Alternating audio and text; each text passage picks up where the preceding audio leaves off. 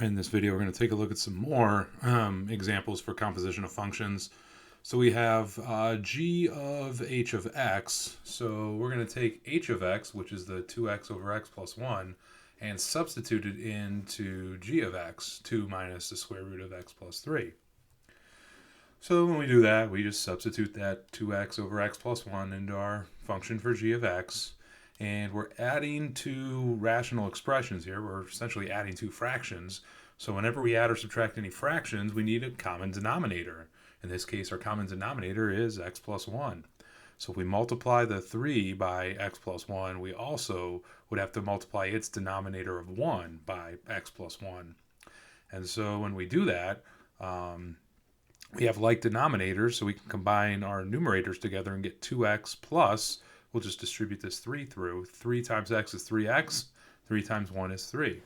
So we have some like terms to combine in the numerator, and we get 2 minus the square root of 5x plus 3 over x plus 1 as our composition of g of h of x.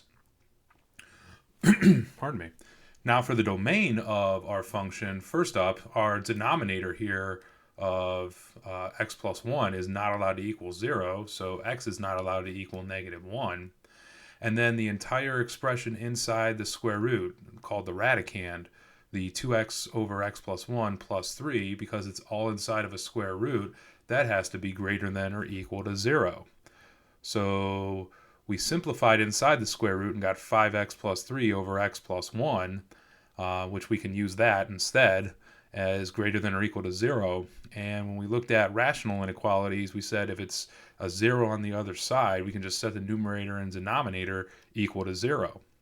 So when we do that, we'll get negative 1, which, again, we already know that we can't have, and we'll get 5x plus 3 equals 0 makes x equal to negative 3/5. So testing out our values, negative 1 is not allowed to equal it because it's a denominator, but the negative 3/5, if we plug it into our function, we do get a value that's greater than or equal to 0. And then test values that work are values that are less than negative 1 and greater than negative 3/5. So we have from negative infinity to negative 1 with parentheses, and we have a bracket at negative 3/5 because of the closed circle, and then going to infinity, going all the way to the right. All right, part D here, we have h of x. So we're going to take the 2x over x plus 1 and just put it inside of itself. So we have 2 times 2x over x plus 1 all over the 2x over x plus 1 plus 1. So again, just taking this h of x function and putting the 2x over x plus 1 wherever we see an x. Up top we get 4x over x plus 1 and still have 2x over x plus 1 and then plus 1 in the big denominator. We have a complex fraction, tiny fractions within bigger fractions.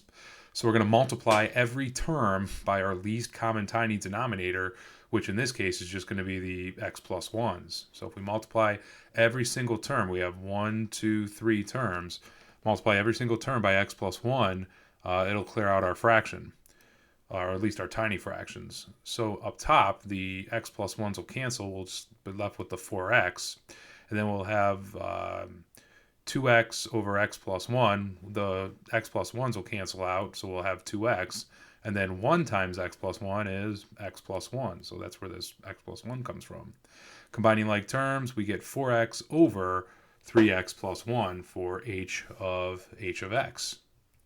So now the domain, we know that x plus 1 can't equal 0. Otherwise, we'll get a denominator of 0.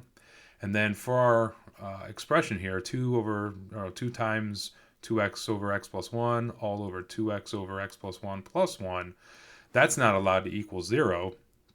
So if we subtract this 1 from both sides, we get 2x over x plus 1 is not allowed to equal 1. We can multiply both sides by, x plus 1. We can make this into a proportion by putting it over 1 and cross multiplying. But in any event, we'll get 2x can't equal negative 1 times x plus 1. So if we just multiply both sides by x plus 1, we get this. Or if we put negative 1 over 1 and cross multiply, we get 2x times 1 is 2x. Negative 1 times x plus 1 is negative 1 times x plus 1. Distribute the negative 1 through, we get negative x minus 1. Add the x to both sides and divide by 3, and we'll get x cannot equal negative 1/3. So we saw that x cannot equal negative 1 and x cannot equal negative 1/3. And if we test out values on our number line, we'll find that values less than